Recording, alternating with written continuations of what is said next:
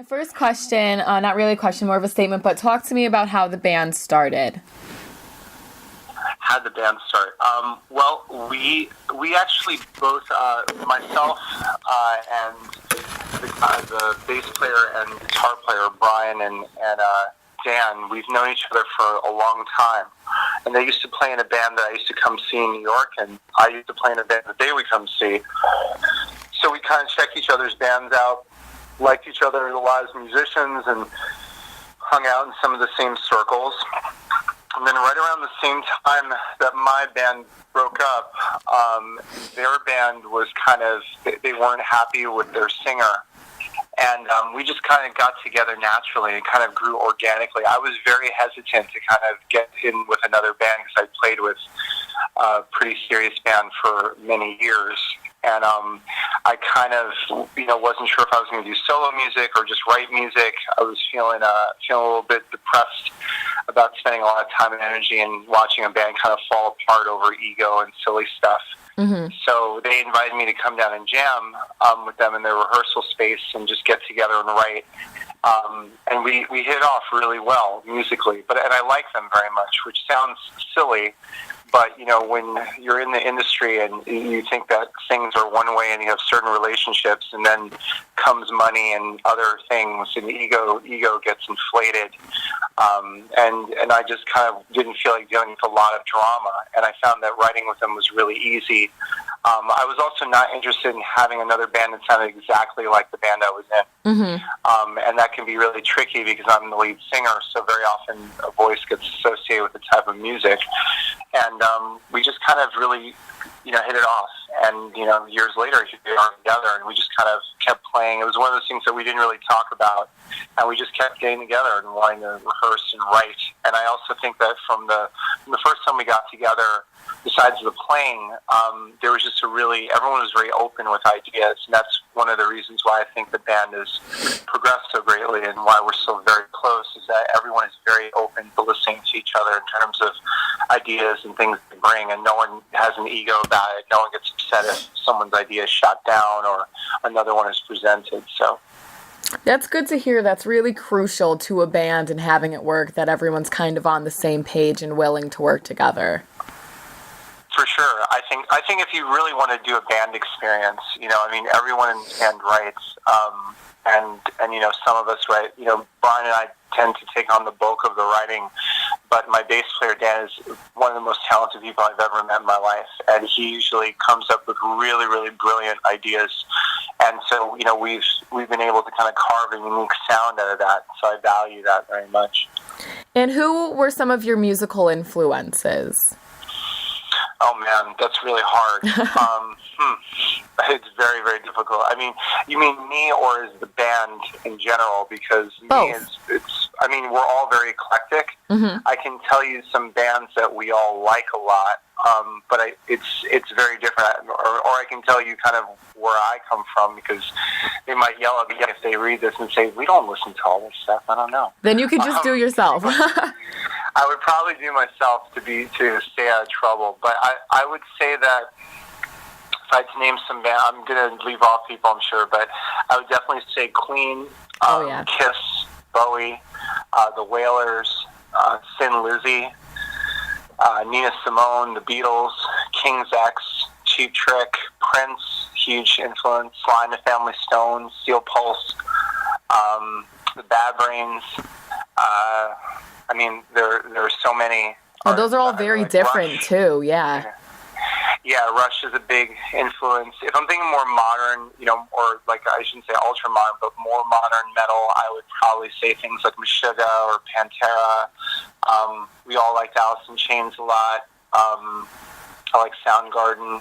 I like, in terms of newer bands, I like the Rival Sons a lot. Mm-hmm. I think they're terrific. I like The Answer. I like the Temperance Movement. I love a band, I don't know if you know them, they're called Big Wreck. I think they're terrific. Uh-huh. They kind of had some records in the late 90s, and they just got back together and they made a slew of great records. I like Skunk Anansie a lot from years ago. But yeah, the stuff that we listen to is very all over the place. We like a lot of a lot of stuff. I love Fishbone. I love 24/7 Spies. Like there are a lot of artists, and there are people I absolutely adore Kate Bush. I love Seal. I love Peter Gabriel. So our music tastes are kind of very eclectic. There's a lot of hip hop stuff that we love, like Tribe Called Quest. We dig a lot. So it's very all over the map. And then I know that Brian and I, my guitar player, we bonded because one of the first times I went over his house, he was listening to a lot of Wes Montgomery, and I grew up, in a household where jazz was huge, and my dad was a huge Wes Montgomery fan. So, excuse me, but that was like a thing where I thought, a guitar player listens to Wes Montgomery is someone I want to play with. Right. So yeah, we grew up in New York, so it's very hard when people ask me to influence stuff, and it's a hard thing. I want to name everyone, and no one. It's difficult because I think that's one of the reasons why Four Trips Ahead is very unique. Even though we're doing a hard rock, we definitely are a hard rock, band.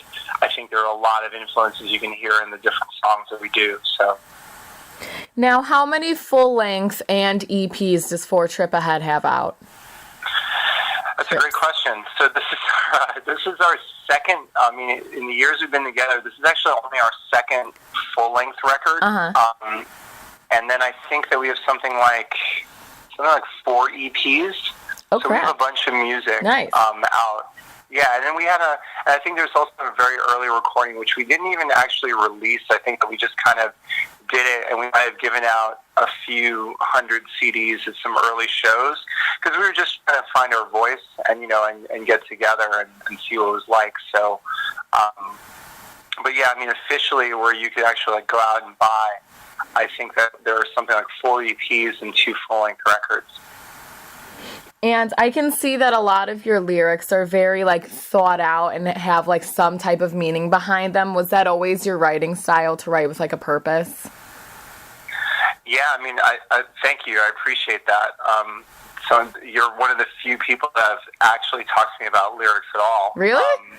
But, yeah, I have people sometimes interviewers that off the record might say, I really do like your lyrics or whatever. And we definitely have a lot of fans and people that come to see us that actually talk a lot about songs, which I love. It means a lot to me. Because, you're writing and, you're writing for yourself, and you're writing because you dig the music that you're playing and you're hoping everyone, gets into it. But, once you release it and you record it and it's out, that's it. It belongs to everyone else. Yeah. So when people come over and start talking to you about it, it's really exciting. But, I always rejected the idea that, rock music should just be throwaway lyrics as long as they kind of rhyme or have a good melody. I like party and fun music too. That kind of just was about dance or love or just having fun. I obviously mentioned Kiss was a huge influence for me, and their stuff wasn't always ultra deep. And I think Little Richard is possibly the best rock and roll singer of all time, and his stuff was talking about cars and women and and fun stuff. But there was always still an intelligence behind it. It was very deliberate, and but I never felt like lyrics had to be really bad, in order to, or just didn't matter much. And I find a lot of the lyrical stuff that I hear, there's not enough storytelling going on, and there's not enough thought-provoking kind of lyrics that are happening. Some of it is deliberate because people just want to be played on the radio, and some of it is I think that people, I don't know, people don't read as much, or if they're just not as engaged. But I always loved groups where, you listen to music and it would hang to you. So, whether it be something like Zeppelin or The Cure, I always felt Robert Smith wrote incredible lyrics, I love a lot of the Zeppelin mystic weird stuff that was going on, particularly in the middle of their career. But yeah, I think lyrics are really important, and I think that with this record, and The Fire Within, the whole idea is that there's kind of a loose set of themes. It's not really a concept record per se, but there's definitely some themes that are being discussed and floating together. And so, and that kind of just happened, lyrically, and the songs kind of lent themselves that way. So, I was paying a lot of attention to lyrics and trying to tell really good stories that people could relate to. And let's talk about the new record, And the Fire Within. Has that been released yet, or are we still waiting a little longer on that? So the digital release, it just got released digitally a couple weeks ago, but the actual physical vinyl, which everyone's very excited about, including us, is coming out on this month on Saturday, April 22nd for Record Store Day. Very nice. And let's break it down a little bit. What influenced this record?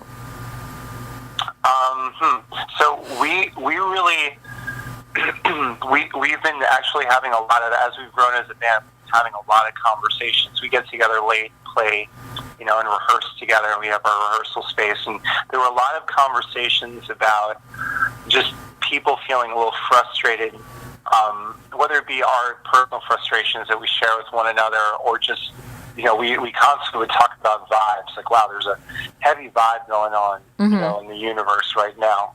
And so sometimes that vibe was tied to political stuff that was happening. Sometimes it was tied just people being very disengaged with one another, sometimes because of social media, sometimes in spite of, or what have you. And I think a lot of that informed the characters and some of the stories that are on this record. And then we just, you kind of, the fun thing for me is I would get creative and be able to kind of express some of that frustration. And then sometimes how people are dealing with difficult ways of living. So, you have some choices. You can kind of get battered down by the system and kind of lose all your hopes and dreams, and then just kind of be an Autobot and go on autopilot and be very frustrated. Or you can kind of say, okay, well, this is my situation. I'm going to resist this. I'm going to still, find the courage and kind of, overcome the situation I'm in. So a lot of the stories and a lot of the songs on this record are I think a lot more of them are about being in a difficult situation and really just persevering and getting over it. So whether it be the lovers that you hear in The Escape, who are being told by everyone around them not to be together, but they're, in spite of this, they're gonna make it together because of love. Or it's people being frustrated with their lot in Good Times Goodbye and feeling like they need to find something better. So they're all kind of these different stories and vignettes, and they start to kind of come together. And then we were kind of feeling that it would be really cool to capture this in a certain package. And Ken and I designed the artwork as well. And so some of those characters show up within the artwork, albeit in different representations and formats. So it all just started to come together this way.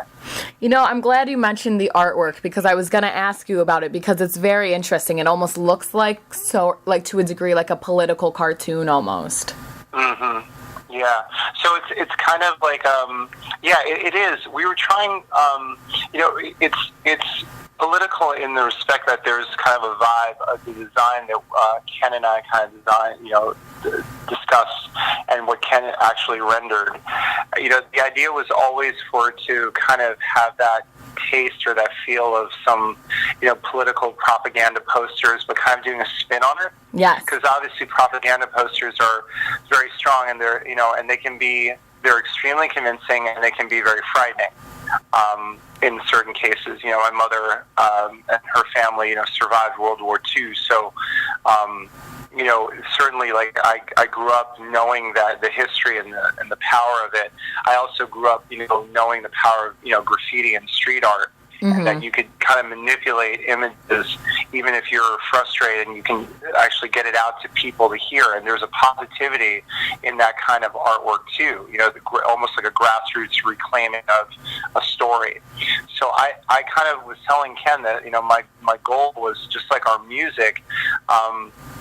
I think that we stand out a lot musically, and that it's important that if we're going to get out to people and people are going to want to check it out, that the artwork be just as striking. So the idea was to kind of, again, go back to grassroots, stuff and kind of get out this art that ties in political themes.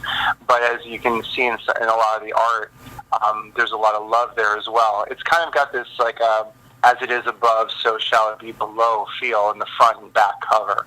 So that's what, gives it that goal. And I also love, it's coming out in vinyl. It's our first release on vinyl.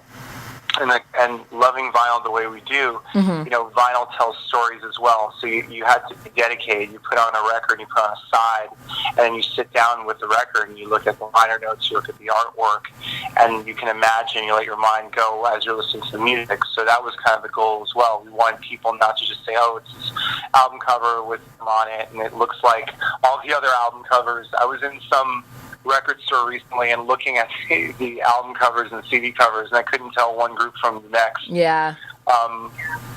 Like all the heavy metal album covers look one way, all the R&B covers look this way, hip hop covers. It's really ridiculous. It's even almost a template. And some of these artists are really big artists. These are people that are millionaires, and they certainly have control of their art, and they can make certain decisions, and they just kind of go for the very, very commercial or kind of boring look, and I thought it was really important that because we knew our music is bold and kind of stands out, we wanted the artwork to kind of do the same, especially in these times.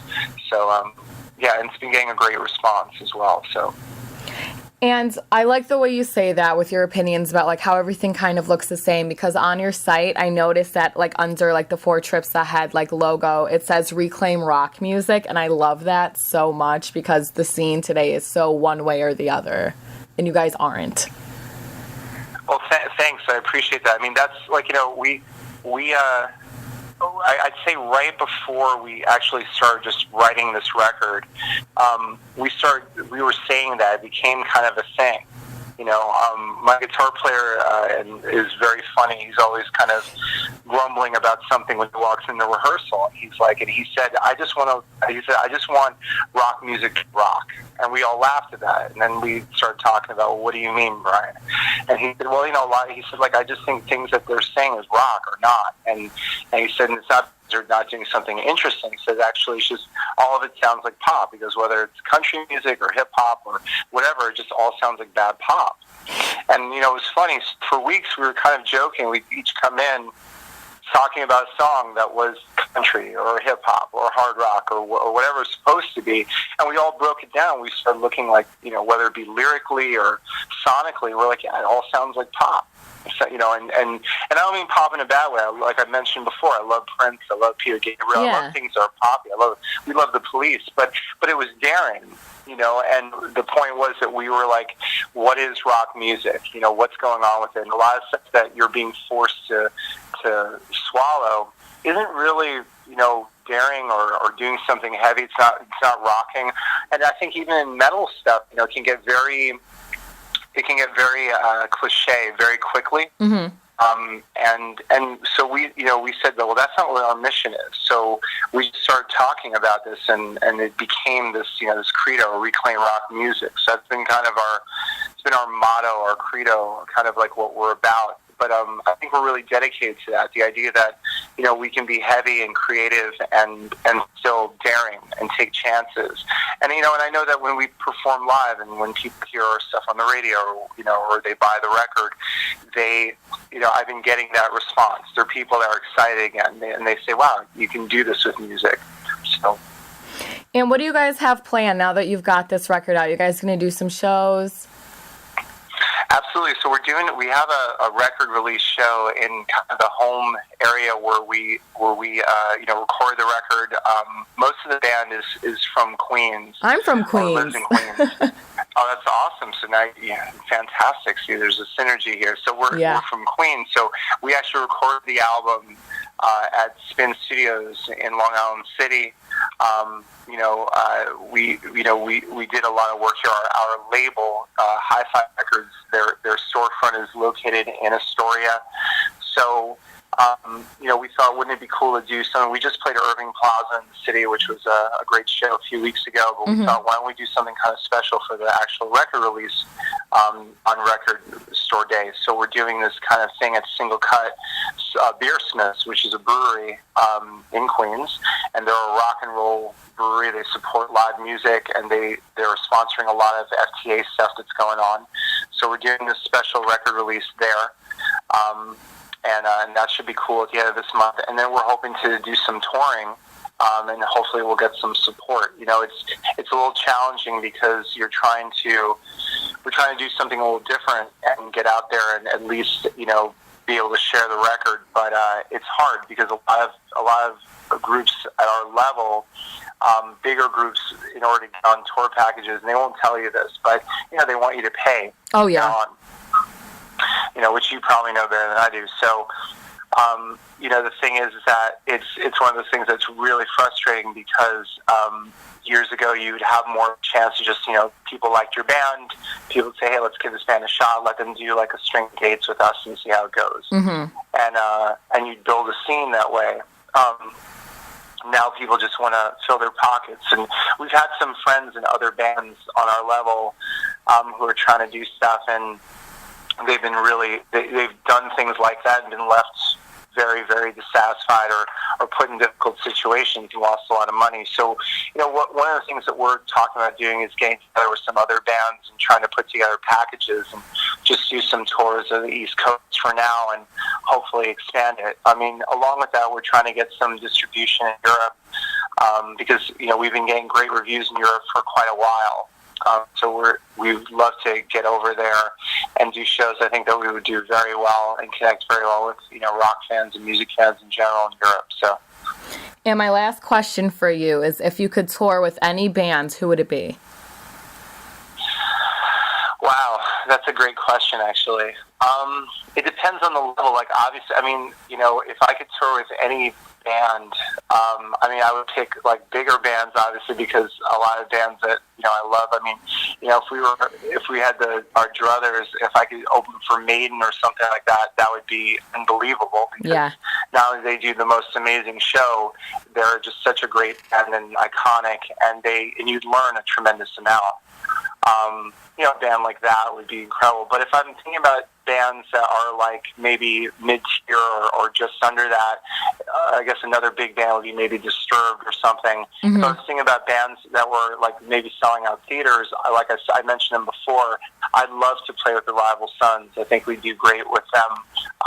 I think that I just really dig their direction, and live they're fantastic. I've seen them a few times, and I think that they're really great. They would be a great band to play with. I really like also, I haven't heard their brand new record yet, but I like Mastodon a lot. Oh, I love them, yeah. I think that they do. Yeah, I think they're a great band. They kind of, again, are kind of genre-breaking. You know, they're a really interesting group.